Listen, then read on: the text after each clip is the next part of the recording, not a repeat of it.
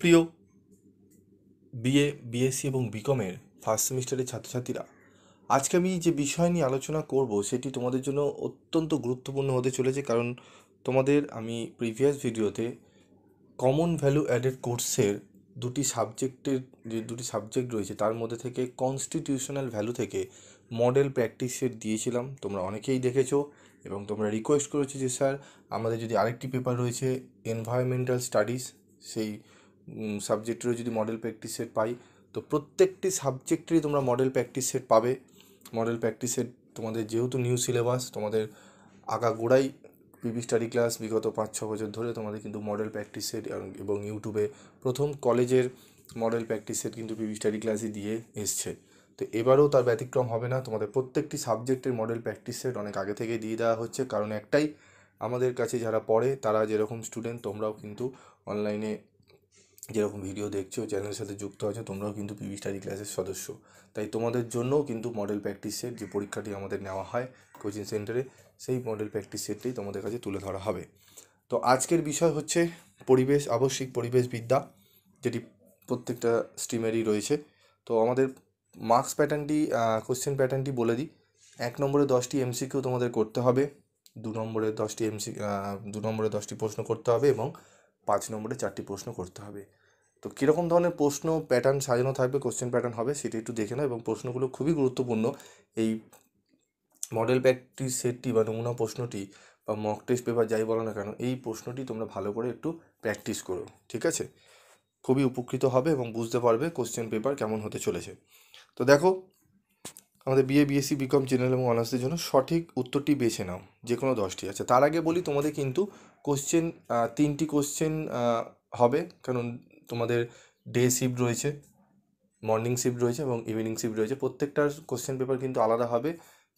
খুব কম কোশ্চেনই কিন্তু রিপিট হবে। ধরো মর্নিংয়ে যারা পরীক্ষা দিয়েছো, যারা ভাববে যে ইভিনিংয়ে আমরা পরীক্ষা দেবো, মর্নিংয়ের কোশ্চেন একটু দেখে যাই, সেখান থেকে আমরা হয়তো পুরোটা কমন পাবে, সেমন কিন্তু হবে না, ঠিক আছে? ওখান থেকে হয়তো 2-1টি প্রশ্ন হয়তো আসতে পারে, ঠিক আছে? বাকিগুলো তোমরা বাদ দিয়ে সেগুলো একটুখানি দেখে নিতে পারো, ঠিক আছে? তাই বলবো একটু বেশি পরিমাণে তোমাদের পড়তে হবে কিন্তু ইএনবিএস এবং কনস্টিটিউশনাল ভ্যালু এবং এইসি, যে কম্পালসারি ইংলিশ পেপারটি রয়েছে। কারণ 3টি কোশ্চেন হবে সেক্ষেত্রে কিন্তু ধরো তুমি যেটা পড়ে গেছো সেটা হয়তো তোমার মর্নিং শিফট তোমাকে না দিয়ে সেটি ইভিনিং শিফটে দেওয়া হলো, তখন তুমি কিন্তু এটা লিখতে পারবে না, ঠিক আছে? তোমাকে অন্য একটা প্রশ্ন দিয়ে দেওয়া হলো। তো ওই জন্যই একটু মডেল প্র্যাকটিস সেটটি ভালো করে দেখে নাও। তো সঠিক উত্তরটি বেছে নাও, যে কোনো 10টি। বলছে মিশন লাইফের সূচনা হয় কত সালে, সেটি আমাদের একটু জানতে হবে। 2022 সালে, ঠিক আছে? 2023 যে এজেন্ডা রয়েছে, ঠিক আছে, এই এজেন্ডা 2023, এটি 23 বলছি, এটি 30 হবে, 23 লেখা হয়ে গেছে।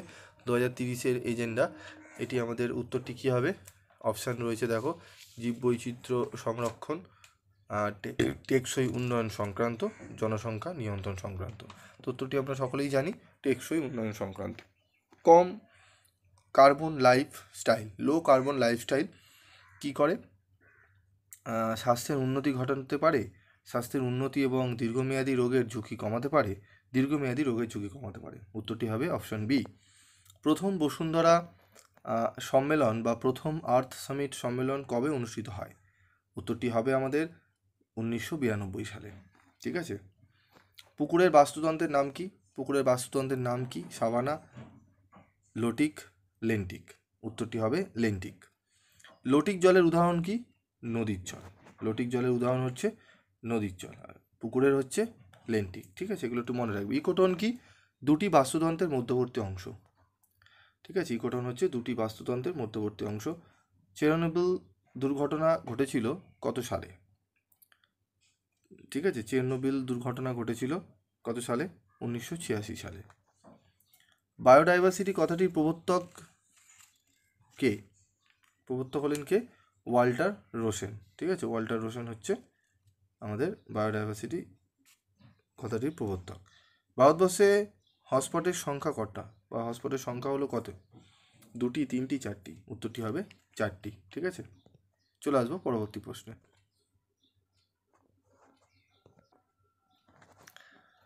ভারতবর্ষের প্রথম জাতীয় উদ্যানটি হলো ভারতের প্রথম জাতীয় উদ্যানটি হলো বক্সা জাতীয় উদ্যান, কর্বেট জাতীয় উদ্যান, সুন্দরবন জাতীয় উদ্যান? উত্তরটি হবে কর্বেট জাতীয় উদ্যান।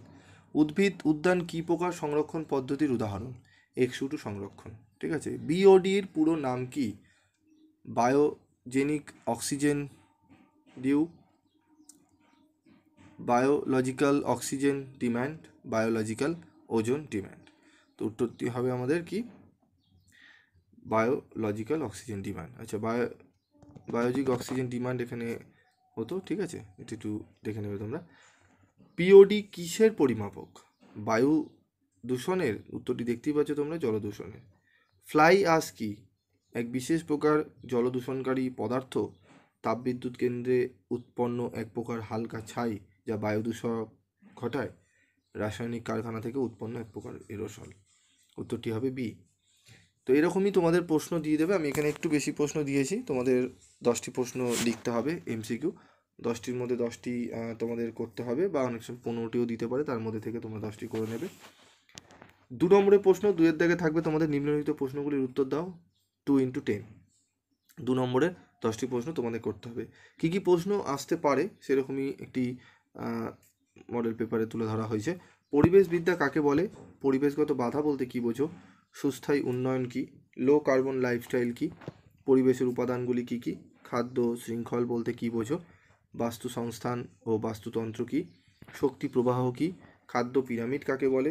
পুনর্ভব সম্পদ কি? এর সাথে তোমরা অপুনর্ভব সম্পত্তিও পড়ে রাখবে। ভূমি সম্পদ কি? ভূমি ক্ষয়ের 2টি কারণ লেখো। মরুভূমিকরণ কি? ভূগর্ভের জলস্তর নেমে যাওয়ার 2টি ক্ষতিকারক প্রভাব লেখো। জীব বৈচিত্র্য কাকে বলে? গৌণ দূষক কাকে বলে? অর ল্যান্ডফিল কি?